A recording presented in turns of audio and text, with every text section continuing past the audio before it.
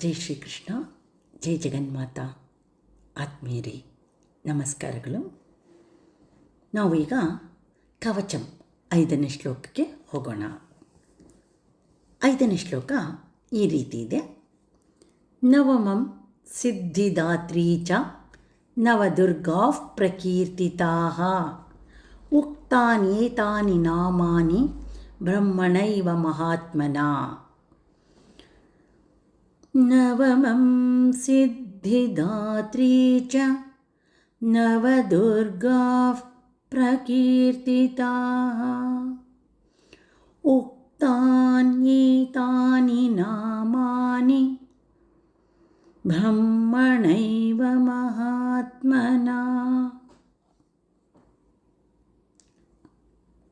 ನವಮಂ ಸಿದ್ಧಿದಾತ್ರಿ. ಇಲ್ಲಿಯವರೆಗೂ ನಾವು ದೇವಿಯ ರೂಪಗಳನ್ನು ಕೇಳಿದ್ದೇವೆ. ಆದರೆ ಈಗ ಸಾಧನೆಯ ಅಂತಿಮ ಹಂತ, ಫಲ ಸಿಗುವ ಕ್ಷಣ ಬಂದಿದೆ. ಅದನ್ನು ನಾವು ಅರ್ಥ ಮಾಡ್ಕೊಳ್ಳೋಣ. ಸಿದ್ಧಿ ಅಂದರೆ ಸಾಧನೆಯ ಫಲ, ದಾತ್ರಿ ಅಂದರೆ ಕೊಡುವವಳು. ಸಿದ್ಧಿದಾತ್ರಿ ಎಲ್ಲ ಸಿದ್ಧಿಗಳನ್ನು ಅನುಗ್ರಹಿಸುವ ದೇವಿ. ಆದರೆ ಇಲ್ಲಿ ಒಂದು ರಹಸ್ಯ ಇದೆ ಆತ್ಮೀಯರೇ.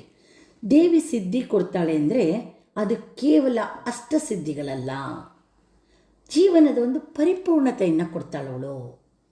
ಜಗನ್ಮಾತೆ ನಮಗೆ ಕೊಡುವಂಥದ್ದು ಶಾಂತಿ, ಜ್ಞಾನ, ಆತ್ಮತೃಪ್ತಿ. ಇವು ಬೆಲೆ ಕಟ್ಟಲಾಗದಿರುವಂಥವು. ಅಂಥವುಗಳನ್ನು ಜಗನ್ಮಾತೆ ನಮಗೆ ಕೊಡ್ತಾಳೆ. ಏನು ಈ 9 ರೂಪಗಳನ್ನ ಹೇಳಿದೋ, ಈ 9 ರೂಪಗಳು ಸಹ ಕೇವಲ ದೇವಿಯ ಹೆಸರುಗಳು ಅಲ್ಲ.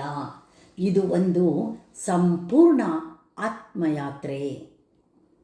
ಶೈಲಪುತ್ರಿ ಸ್ಥಿರತೆ, ಬ್ರಹ್ಮಚಾರಿಣಿ ತಪಸ್ಸು, ಚಂದ್ರಘಂಟ ಜಾಗೃತಿ, ಕೂಷ್ಮಾಂಡ ಸೃಷ್ಟಿ, ಸ್ಕಂದಮಾತೆ ದೈವಿಕ ರಕ್ಷಣೆ, ಕಾತ್ಯಾಯಿನಿ ದುಷ್ಟ ಸಂಹಾರ, ಕಾಲರಾತ್ರಿ ಅಜ್ಞಾನ ನಾಶ, ಮಹಾಗೌರಿ ಶುದ್ಧತೆ, ಸಿದ್ಧಿದಾತ್ರಿ ಪರಿಪೂರ್ಣತೆ, ಬ್ರಹ್ಮಣೈವ ಮಹಾತ್ಮನ.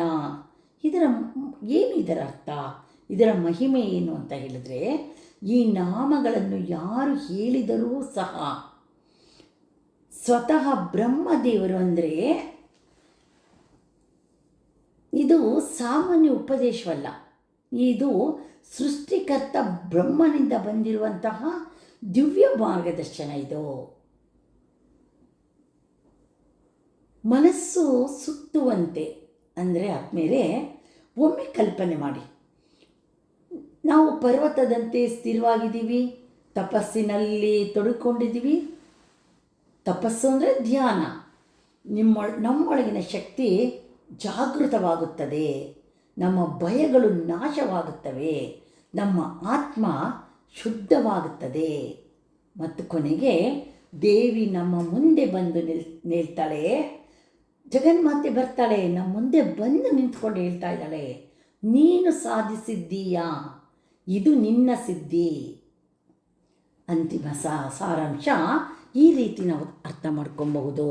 ನವದುರ್ಗಾ ಎಂದರೆ ಕೇವಲ ಪೂಜೆಯಲ್ಲ, ಕೇವಲ ಕಥೆಯಲ್ಲ, ಇದು ಜೀವನವನ್ನು ಪರಿವರ್ತಿಸುವ ದಿವ್ಯ ಮಾರ್ಗ.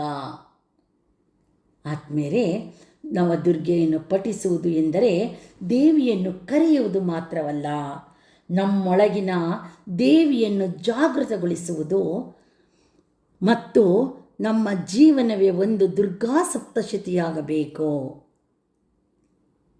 ಎಲ್ಲ ಆತ್ಮೀಯರೇ, ಇದು ನೀವೆಲ್ಲರೂ ಈ ಶ್ಲೋಕವನ್ನು ಕೇಳಿದ್ರಿ ಮತ್ತು ಇದರ ಅರ್ಥವನ್ನು ತರಗತಿಯಲ್ಲಿ ಅರ್ಥೈಸಿಕೊಂಡಿದ್ರಿ.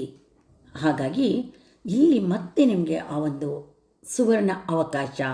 ಎಲ್ಲ ಶ್ಲೋಕಗಳನ್ನು ಕೇಳ್ತಾ ಅರ್ಥ ಸಾರಾಂಶಗಳನ್ನು ತಿಳ್ಕೊಳ್ಳುವಂತಹ ಒಂದು ಅಮ್ಮನಿಂದ ಒಂದು ಅದೃಷ್ಟ ನಿಮಗೋಸ್ಕರ ಬಂದಿದೆ.